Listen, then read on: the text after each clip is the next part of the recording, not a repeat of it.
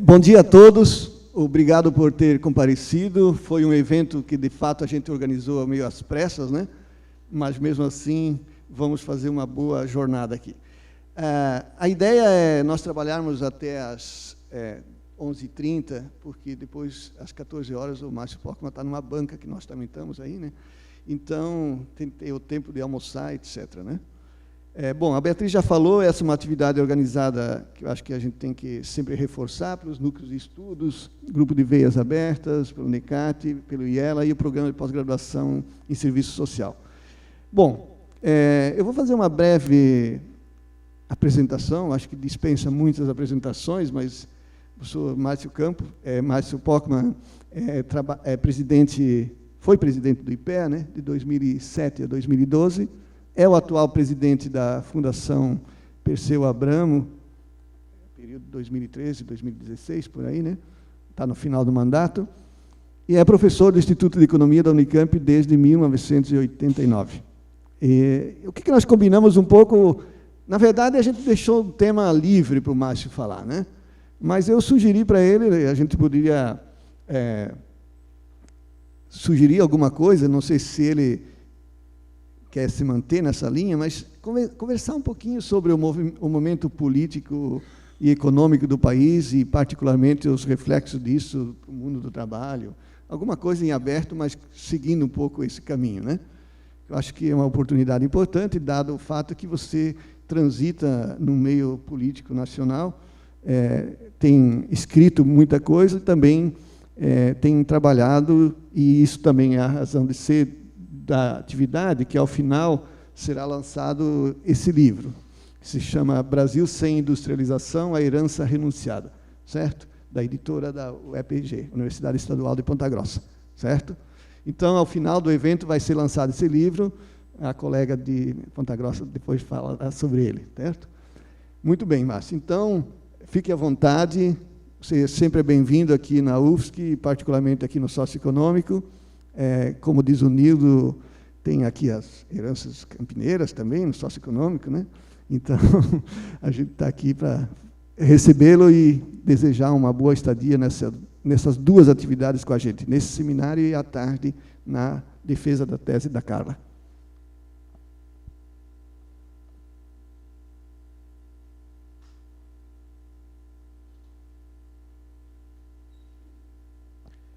Olá a todos, então, nosso abraço fraterno, solidário a cada um que aceitou o convite de participar nessa manhã de sexta-feira, essa oportunidade de um diálogo, de certa forma, associado ao problema grave que nós estamos vivendo hoje, que é o problema da desindustrialização, ou da forma que prefiro olhar um pouco mais como o fim da industrialização, que não significa a ausência de indústria, mas, sobretudo, a incapacidade da indústria comandar o desenvolvimento nacional. Nós até já tínhamos indústria ao final do século XIX, tínhamos indústrias na década de 20, mas o Brasil não era comandado pela indústria, era basicamente um país agrário condicionado a relações internacionais, o comércio externo, sobretudo, que era a principal dinâmica econômica e, por consequência, a dinâmica social do país, né? Política também, certamente. E nós tivemos, basicamente, um período de 50 anos em que a indústria teve um papel fundamental na modernização brasileira, uma modernização conservadora, certamente, do ponto de vista da distribuição do progresso, que o país obteve entre a década de 30 e a década de 80. Nós nos transformamos na 7ª principal economia do mundo, embora fôssemos o 3º país mais desigual do mundo, né? Com praticamente a metade da população vivendo em condições de pobreza, não obstante o nível de renda auferido por esse desenvolvimento de base industrial. E a tese do livro é justamente mostrar o que ocorreu no Brasil dos anos 80 para cá. Do ponto de vista mais econômico, resulta esse trabalho, praticamente 4 anos que desde que eu voltei da experiência de ter trabalhado no IPEA, tenho dado uma disciplina que chama Economia Brasileira Contemporânea 2, lá na Unicamp, para graduação, que é basicamente uma reflexão sobre o que ocorreu no Brasil, do ponto de vista da economia, da política econômica, no período democrático, de 85 para cá. Então, o livro reflete a isso, basicamente. Mas, obviamente, eu não vou falar mais do livro, vou tentar aqui apresentar para vocês dois elementos que talvez ajudem a entender esse contexto brasileiro que nós estamos enfrentando nessa segunda metade da segunda década do século XXI, que identifico como sendo um período bastante especial do nosso país, talvez somente comparável a dois outros momentos que nós vivemos em relação a uma tensão que ocorre, um certo impasse do ponto de vista dos rumos ao que o Brasil pode caminhar ou não. Então, nesse sentido, não vejo o que está ocorrendo com pessimismo. Pelo contrário, vejo, na verdade, como uma grande oportunidade de nós revitalizar o rumo da nossa sociedade. O que nós estamos vendo, de certa maneira, é o esgotamento de um ciclo político iniciado pela Nova República, em 85, e que se esgota praticamente, que foi marcado por governos de conciliação de classe, em maior ou menor medida, e que foi basicamente um período em que nós não tivemos nenhuma reforma na sociedade, no próprio capitalismo. E esse período longevo, que coincidiu com a democracia, até porque a democracia no nosso país é exceção, não é regra.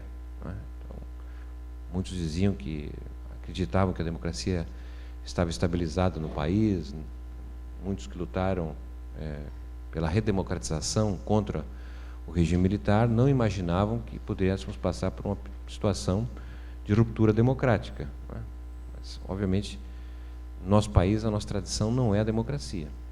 A democracia ela existe quando é funcional aos os detentores do poder no país. Quando ela deixa de ser funcional, ela obviamente é mudada. Então, queria falar um pouco sobre como vejo esse esgotamento do ciclo político e de certa maneira, como estava claro que era necessário fazer reformas no país. E as reformas não resultaram de governos de conciliação de classes, que foram exitosos em vários aspectos, mas, na verdade, insuficientes na reformulação do capitalismo, e por conta disso é que nós estamos diante de um governo de reformas. Reformas que estão cada vez ficando mais claras, não apenas por esta mudança na emenda constitucional, que altera a dinâmica do gasto público. Não é uma novidade, porque se nós formos analisar o ato institucional número 1 de 1964, de abril de 64, ele não tratou apenas da mudança do governo, a instituição de uma junta militar, enfim, mas também tinha, num dos artigos, o teto para evolução do gasto público. É a mesma coisa, não tem muita diferença, né? E tinha também um programa, o PAEG, Plano de Ação Econômica do Governo, em 64, que foi, de certa forma, o desaguador das várias reformas que seriam necessárias terem sido feitas, pelo menos era esse o programa do governo de esquerda, do João Goulart, chamadas reformas de base, várias reformas ali defendidas, né? Mas que terminou aquele movimento sendo derrotado de forma autoritária pelo golpe de 64, e ele fez reformas que tiveram um caráter conservador, etc., mas reformas que alteraram a dinâmica do capitalismo. Nós tivemos várias reforma inclusive trabalhista, como a introdução do Fundo de Garantia por Tempo de Serviço, que flexibilizou a contratação, não é? Interrompeu a trajetória instaurada desde 1923, quando se instala no Brasil a Lei Eloy Chaves, né, que é a marca da Previdência Social, e que ela estabelecia que após 10 anos de emprego no mesmo local, se instaurava a estabilidade no emprego. Então, a estabilidade desapareceu a partir de 66, com a introdução do Fundo de Garantia por Tempo de Serviço. E as outras reformas tributárias, né, reformas do Estado que nós tivemos, de caráter conservador. A nosso modo de ver, portanto, as iniciativas que estão em curso são reformas. É um governo que não se apresenta como um governo de conciliação de classes, mas é um governo de classe, tem uma classe clara que será e que tende a ser o desaguador dos benefícios dessa opção que está sendo feita no Brasil, né? E a reforma do ensino médio, né? Que não está tendo caráter ainda de reforma, mas talvez vai ser essa a definição mais à frente do que está ocorrendo nas universidades, tá certo? Mudança da política de incentivos à ciência e tecnologia, às bolsas, enfim, na área educacional, certamente, mudanças muito significativas estão em curso, mas a própria reforma da Previdência, reforma trabalhista, reforma da relação do Estado com o mercado, né, que é o que está ocorrendo em relação à Petrobras, mas que vem na sequência um movimento maior de privatização, enfim.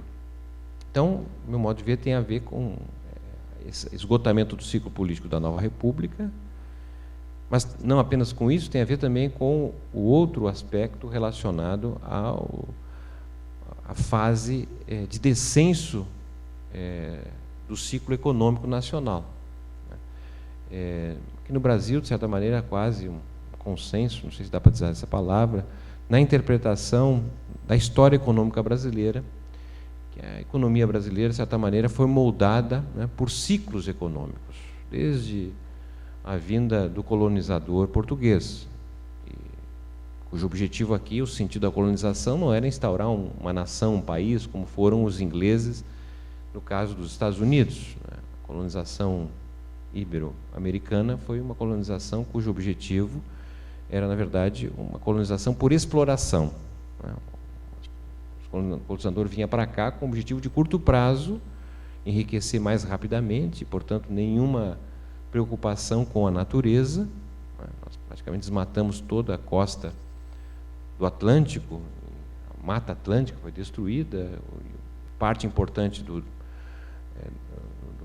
a região do semiárido que nós temos é devido, inclusive, ao primeiro ciclo, que foi o ciclo do pau-brasil. Então, tivemos uma sucessão de ciclos econômicos, pau-brasil, açúcar, ouro, café, borracha, e, de certa forma, o ciclo da industrialização. Ou seja, a industrialização também é identificada como um ciclo, que tem um auge, mas tem a sua decadência. O Sérgio Buarque de Holanda, né, em Raízes do Brasil, ele, de certa maneira, tenta identificar esse passado, a herança econômica brasileira, como uma espécie de sucessão de milagres. O ciclo econômico como um milagre.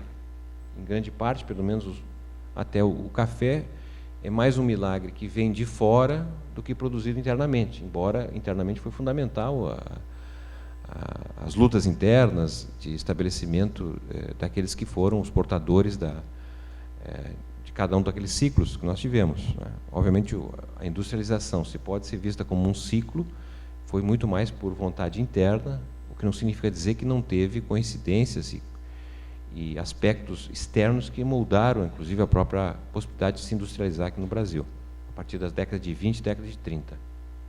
Então, o próprio Celso Furtado, no livro Formação Econômica do Brasil, ele analisa os ciclos econômicos, mas também coloca um foco especial nas fases de decadência dos ciclos, né? Ou seja, quando um ciclo se esgota do ponto de vista econômico, como foi o caso, por exemplo, o ciclo do ouro, entre 1770 e 1780, que nós vamos ver quase 100 anos, 80 anos pelo menos, de grande decadência no país, de estagnação na renda per capita, até se encontrar novamente, em 1840 em diante, a reorganização do ciclo do café. Então, o que nós podemos entender, tá certo? Essa é uma leitura, é que nós estamos vivendo uma fase de decadência do ciclo da industrialização. Isso inicia, basicamente, com a crise da dívida externa entre 1981 a 83. Se nós pegarmos os dados do PIB, Produto Interno Bruto, né, o Produto Interno Bruto por habitante, entre 1981 a 2016, 35 anos, a renda nacional, ou PIB, cresceu 2,1% como média anual. E se nós dividirmos esse desempenho econômico pela população, a expansão da renda por habitante foi de apenas 0,6% ao ano. Né?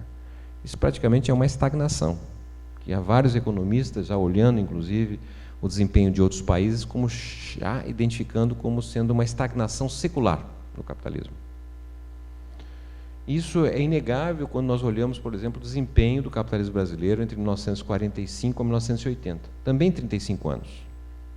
E nesse período de 1945 a 80, o Brasil cresceu mais de 7% ao ano, a renda per capita cresceu quase 5% ao ano. Então, inegável, nesse sentido, o quadro que nós estamos vendo hoje, que é um quadro de baixíssimo dinamismo econômico. Então, nesse sentido, nós tivemos governos de conciliação de classes que hegemonizaram os seus governos num período de baixo dinamismo econômico.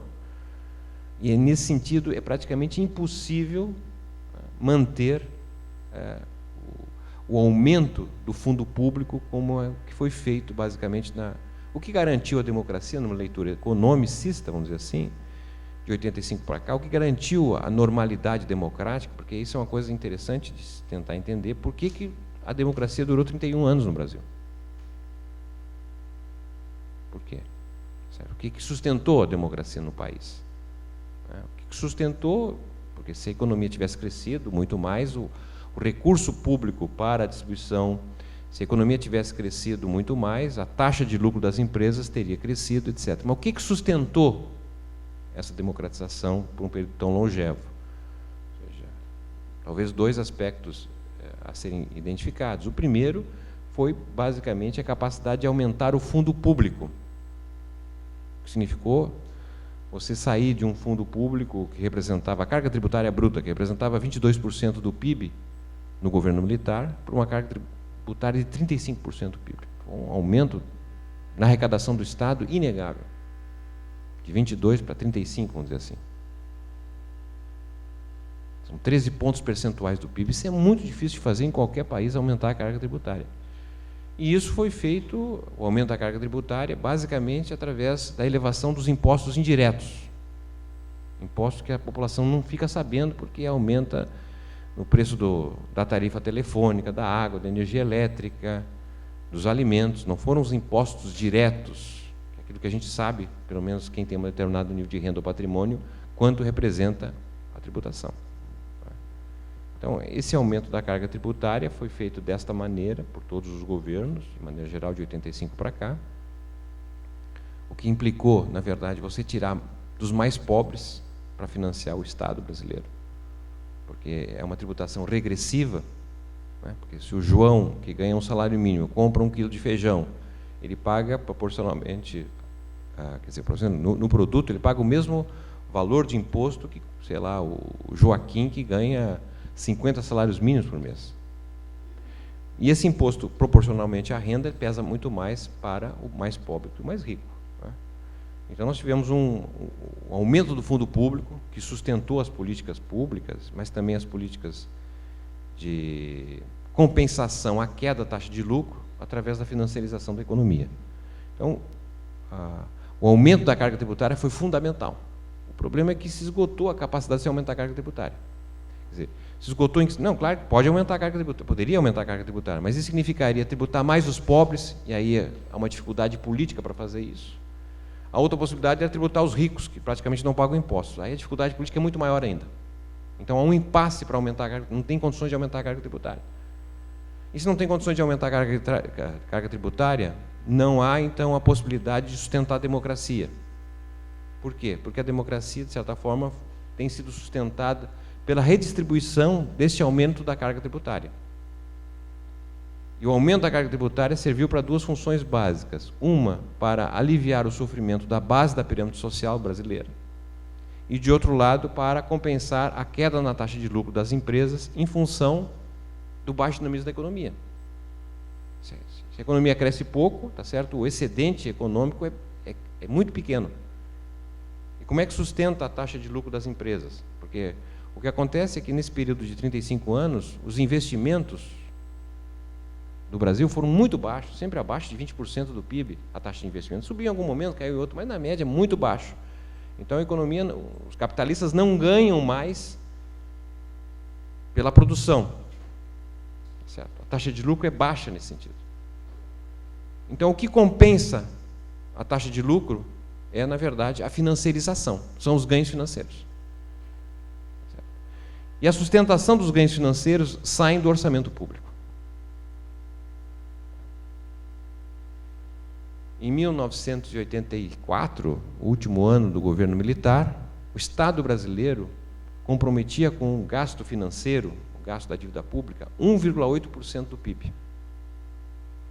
E com o processo de democratização foi crescendo, gastamos 11% do PIB, agora estão gastando 8% do PIB. De onde é que sai esse recurso? Sai do fundo público. Saímos de 2 para 8, 6 pontos percentuais de aumento na carga tributária, que foi voltado para ajustar essa financiarização da economia brasileira. Mas também não só isso, porque teve que, na verdade, compensar aí o sofrimento da base da pirâmide social, e o que nós tivemos nesse sentido foi também uma ampliação das políticas públicas, e nesse sentido o papel excepcional da Constituição de 88, né, que estabeleceu pela primeira vez na nossa sociedade os chamados grandes complexos do estado de bem-estar social. Saúde, engenharia de construção do SUS, né, de integração de receitas num país federalista, porque as experiências de welfare state que nós temos, que eram as experiências europeias, sobretudo, são de países, de certa maneira, de estados unitários. Então, o governo, a União define, as demais esferas subnacionais cumprem. Não é o nosso caso, tem autonomia municipal, tem autonomia dos estados, então é uma engenharia política de grande envergadura. Tá? Isso a gente conseguiu fazer, a Constituição de 88 teve um marco excepcional nesse sentido, mas para poder construir esses complexos, numa fase internacional em que o neoliberalismo era muito forte também, né, a gente construiu esse estado de bem-estar social com grandes constrangimentos. Mas a sustentação se deu através da ampliação do gasto público, especialmente o gasto social. Em 1984, o gasto social do governo militar equivalia a 13,5% do PIB. Em 2014, o gasto social equivale a 23% do PIB. Ou seja, quase R$4 que circulam na economia nacional, provém da renda pública do gasto social. E se a gente considerar o chamado multiplicador, né, do gasto social, nós temos quase a metade da renda do país deriva do gasto social. Porque o multiplicador do gasto, o Bolsa Família, se quisermos, ele é quase 2 vezes o valor que é transferido para as famílias, ele resulta em atividade econômica. O pobre não poupa, gasta tudo o que ganha. Então, ele que ganha, ele vai para a atividade econômica, vai para consumo. E o consumo alimenta a atividade econômica, o imposto, a tributação, assim por diante. Diferentemente da renda financeira. Aqueles que oferem rentabilidade financeira, na maior parte das vezes, não pega a renda financeira para gastar no consumo. É uma renda financeira que ela é entesourada ainda mais. Ela vai gerando maior patrimônio ao invés de elasticidade ou atividade, impacto econômico. Então, nós tivemos, na verdade, o aumento do fundo público foi excepcional para sustentar, de um lado, a compensação da queda na taxa de lucro das empresas em função de uma economia em decadência, de um ciclo industrial, e, de outro lado, a sustentação da democracia através da redução do sofrimento da população de mais baixa renda. Ocorre que esse movimento de desindustrialização, né, movimento de decadência do ciclo da industrialização brasileira, levou, na verdade, à destruição de empregos de classe média. Então, um dos elementos fundamentais da industrialização foi construir uma nova estrutura social brasileira, que foi a estrutura de uma pujante classe média no país, né?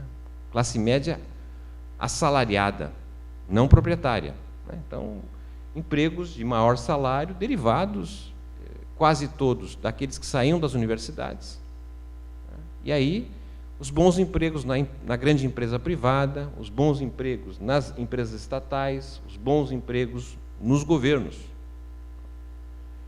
E o que nós vamos verificar é que nessas quase 3 décadas e meia, o Brasil perdeu a capacidade de gerar empregos de qualidade, de bons salários. Se a gente pegar o auge da expansão do emprego no Brasil nos anos 2000, foram 22 milhões de empregos abertos, 95% dos empregos abertos foram de até um salário mínimo e meio. Bom, excepcional para permitir que a base da pirâmide social tivesse emprego, mas muito complicado para a reprodução da classe média assalariada. Então, o que está acontecendo é que nós estamos tendo uma inflação de diplomas, cada vez mais diplomas, mas não tem emprego.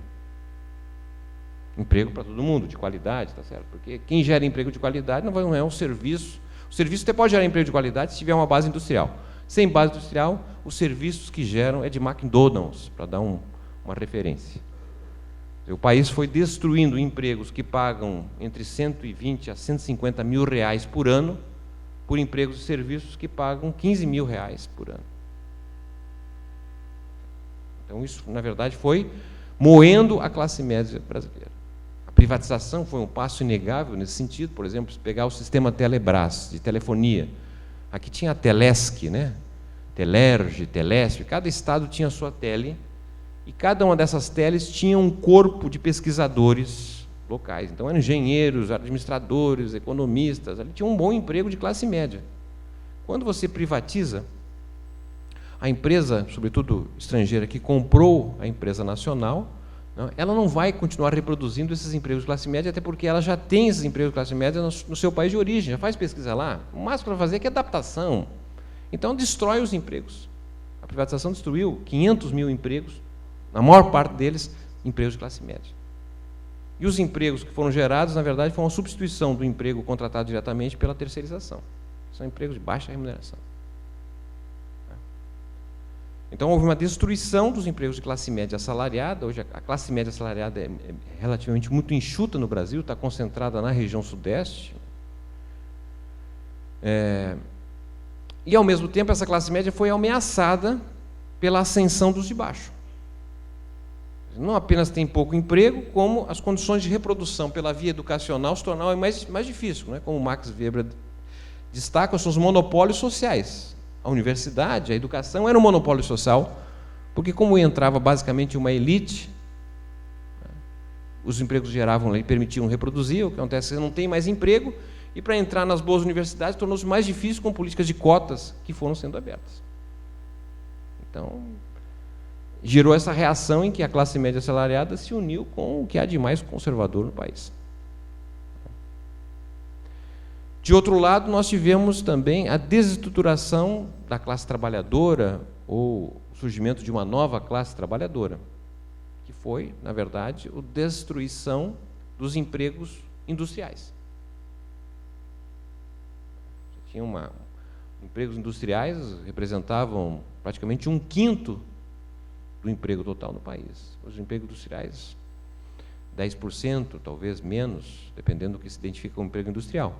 Em parte tem a ver com o próprio processo de terceirização, que é o enxugamento do emprego na grande empresa, e outra em parte é justamente a expansão desse, como alguns autores denominam, o novo precariado, né, que são as ocupações no serviço.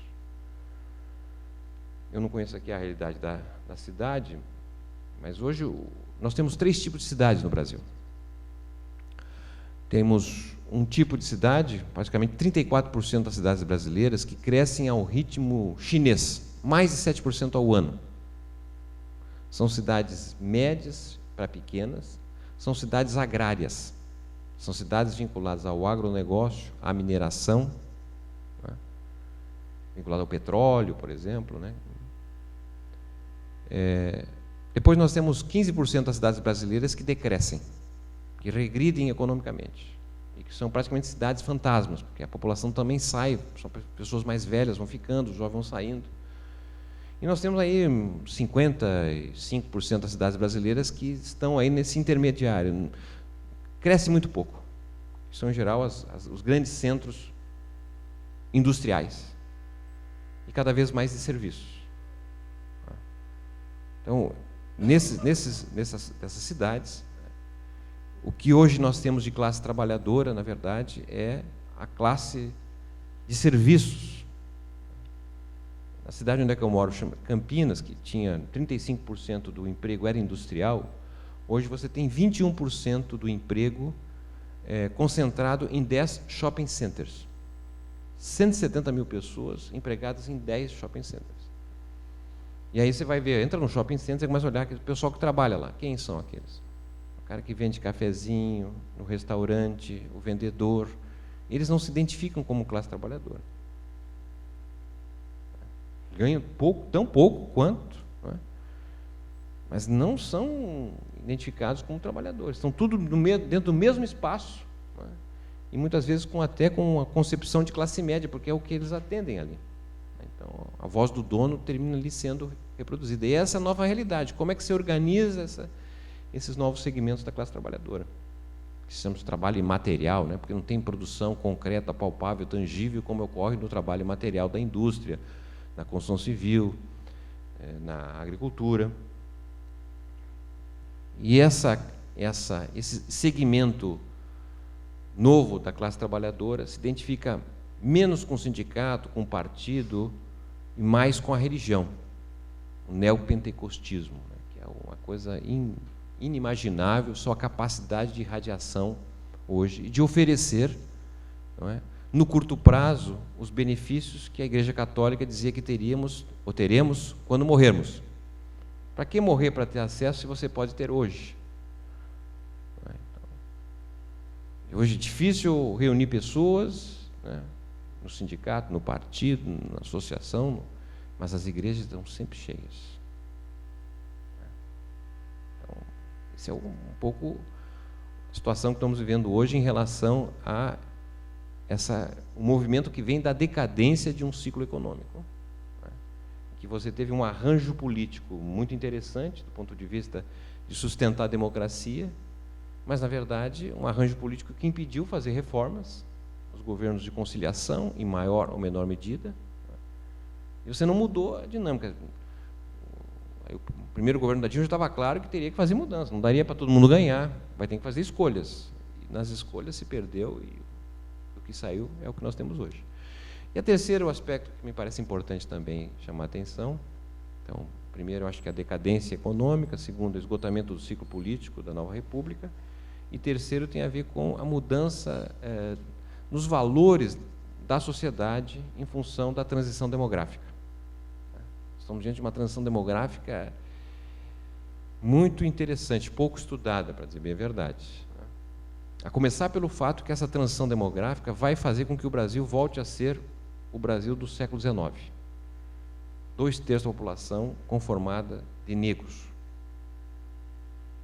Nós tivemos uma situação ali, no final do século XIX, em que a interpretação da elite era que o atraso do Brasil, eles comparavam sempre com os Estados Unidos, aí os debates no parlamento do Império, né, era que o problema do Brasil era a miscigenação que havia resultado da presença da escravidão.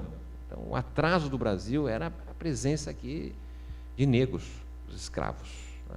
Em 1872, 63% da população brasileira era formada por não brancos. Aí tinha os indígenas ainda, que tinham um peso forte, mas acompanhada pela presença da população africana. Aí esse movimento de culpar os negros, os não brancos, pelas razões do atraso, levou a uma política de branqueamento do país. A opção pela migração de atração de imigrantes. Porque o branco que era bom.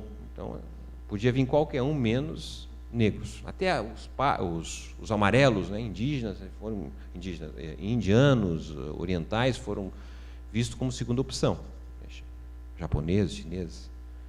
Bom, o fato concreto é que em 50 anos mudou a composição do Brasil. Nós passamos a ter 2/3 da população branca e 1/3 não branco. Isso basicamente vai de 1920 até a década de 80. A partir da década de 80 começa a modificar. E hoje nós temos 53% da população que se declaram não brancos. Por que eu estou falando isso? Porque se você projetar o movimento que está em curso de queda na taxa de fecundidade, as mulheres vêm tendo cada vez menos filhos. Se for mulher branca de maior escolaridade, a taxa de fecundidade está 0,9. Não repõe mais. As mulheres não brancas também vêm reduzindo a taxa de fecundidade, mas não no mesmo ritmo que a mulher branca.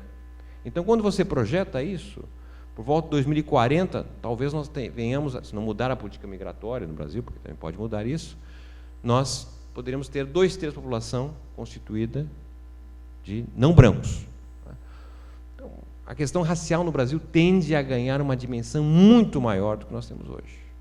Porque o que conseguiu fazer, de certa maneira, para evitar pressão maior, foi a criação de políticas de cotas, que é importante, não há dúvida nesse sentido, mas no máximo que ela permite chegar é, na verdade, a formação de uma elite negra, como mostra a experiência recente sul-africana, né, que está vivendo uma crise enorme na África do Sul atualmente em relação às opções que foram feitas. Criaram uma elite de negros que domina a política e possivelmente vão perder a eleição agora, enfim, depois de um longo período de êxito governamental.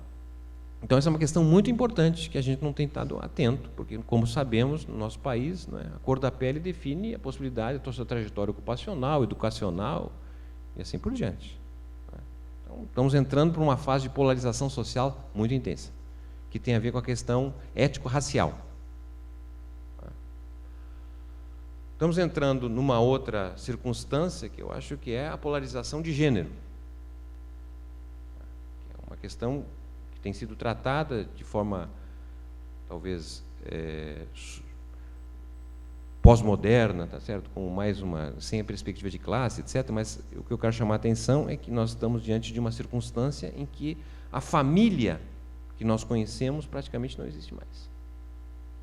Nos Estados Unidos, somente 26% das uniões são de famílias, que a gente conhece, 2 adultos e 1, 2 crianças, nos Estados Unidos.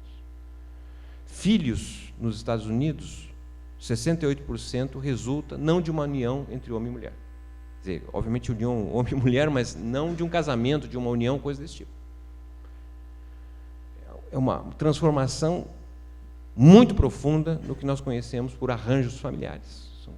Está acontecendo. O que mais cresce no Brasil, por exemplo, são as famílias monoparentais, um adulto e uma criança. O adulto, geralmente, uma mulher, quando não um idoso. Isso está vindo acompanhado de problemas sérios de socialização, porque não tem mais o que tinha na família tradicional, no almoço, todo mundo conversava, final de semana, a reunião na casa do sogro, da sogra, da família, um conversava, outro ouvia, etc. Essa coisa do diálogo foi se perdendo. Então, você não tem mais o diálogo em casa. Ou seja, a família deixou de ser um espaço importante de socialização. Certo? De ouvir diferente. Né? Mesmo as tensões que tinha com o filho, com o pai, ou com a mãe, isso, de certa maneira, vai se esvaziando, né? E o que vem crescendo, basicamente, tem a ver com as novas tecnologias de informação e comunicação, em que a gente vai selecionando, né? No Facebook eu só me relaciono com aqueles que pensam muito parecido com o que eu penso. Os que pensam diferente eu já nem me relaciono, já nem cumprimento. Isso é uma sociedade muito polarizada. Certo? A intolerância, o ódio vem justamente dessa circunstância. E nós somos uma sociedade extremamente violenta. 50 mil pessoas no Brasil morrem no trânsito. E o trânsito é uma relação social. 50 mil pessoas que morrem no trânsito no Brasil equivale à população dos Estados Unidos que morreu na Guerra do Vietnã. mas que morre por ano. E tudo bem. Então temos aí uma polarização na sociedade que resulta justamente dessa mudança na estrutura das famílias. A presença de idosos é outra questão muito importante que já está gerando, a reforma da Previdência é um indicador de polarização geracional, intergeracional. De um lado, porque a população vai viver mais, o que é ótimo. Dizem que quem chega à fase sexy da vida tem mais 22 anos de vida média, segundo o IBGE, sexagenário, chega aos 82 anos. Né? Quem nasceu na década passada, quem está nascendo nessa década e próximo, vão viver próximo de 100 anos de idade. Isso é uma mudança extrema. Vamos imaginar o casamento, que é uma instituição constituída na sociedade agrária, não é? Em que feito basicamente para as pessoas que viviam naquela época 34, 35 anos de idade. Então casava ali com os 12, 13 anos de idade, vivia no máximo 20 anos com a mesma pessoa. Imagina nos dias de hoje, casar, digamos, com 20 anos e morrer aos 100, né? 80 anos dormindo com a mesma pessoa. O amor é lindo, não é? Bom, tudo bem.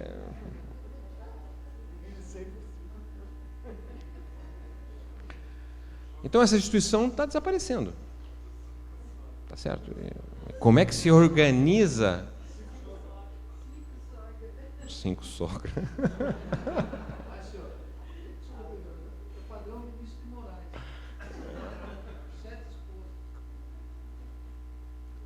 Não estou fazendo nenhum julgamento de valor. Estou apenas escrevendo o que está ocorrendo. É isso? Essa mudança, essa longevidade, né, o que é uma coisa muito importante, altera outras duas que diz respeito, uma ao papel da mulher e outro o papel do idoso. Por exemplo, nós tínhamos, em 1990, 34% dos brasileiros tinham até 14 anos de idade. Hoje nós temos em torno de 20%. Em 2030, talvez 14% dos brasileiros tenham até 14 anos de idade. O que representa isso? Uma mudança enorme do ponto de vista do papel da educação. O que já está ocorrendo, como se não se discute quase nada sobre isso no Brasil, os prefeitos, os governadores, não é, estão...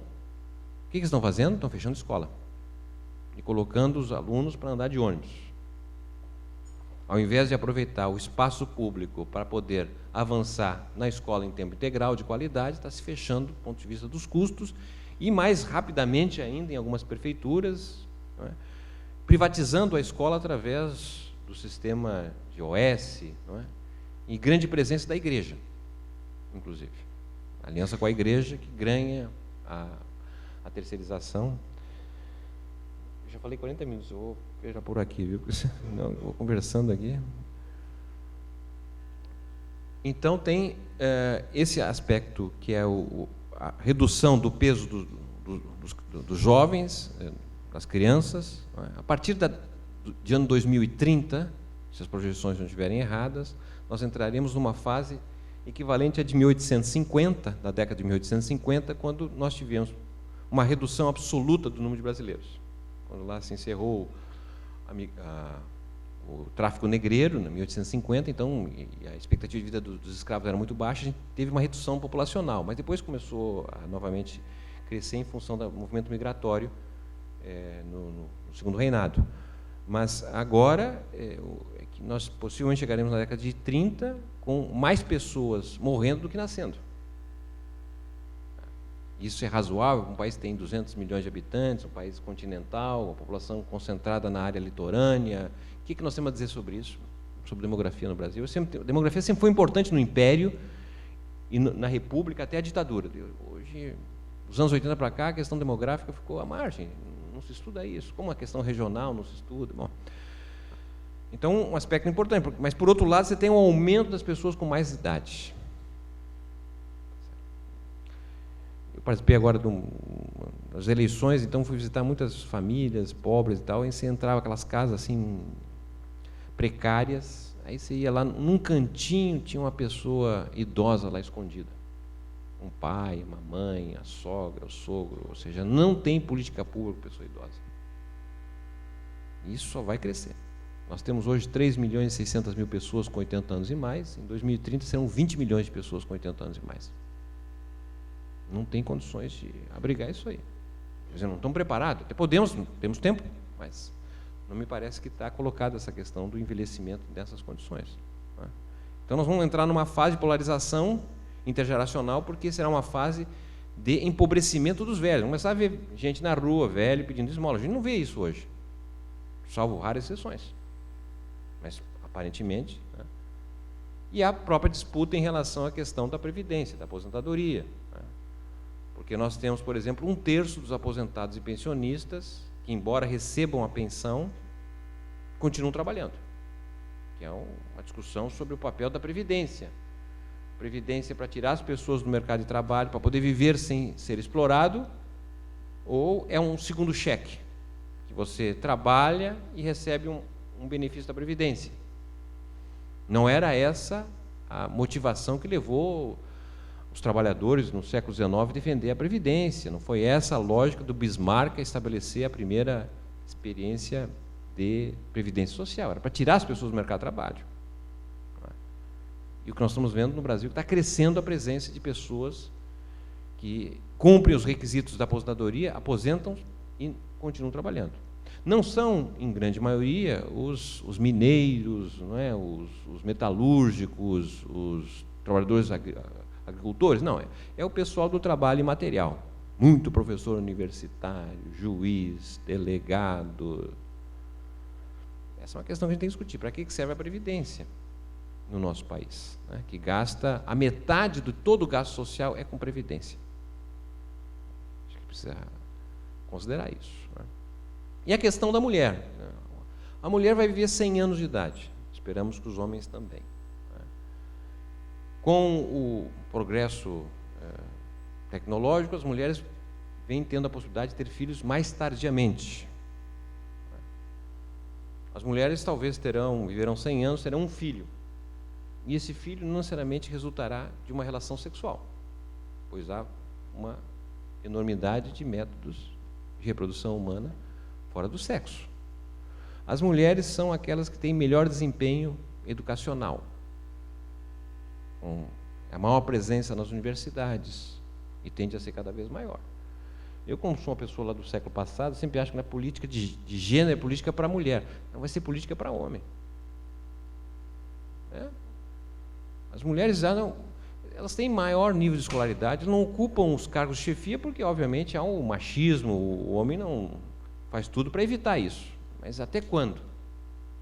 Porque, digamos assim, a interpretação da secundarização da mulher no mercado de trabalho era derivado, né, desde a divisão sexual do trabalho, né, desde que o homem e a mulher saíram da floresta, passaram a caminhar de forma bípede.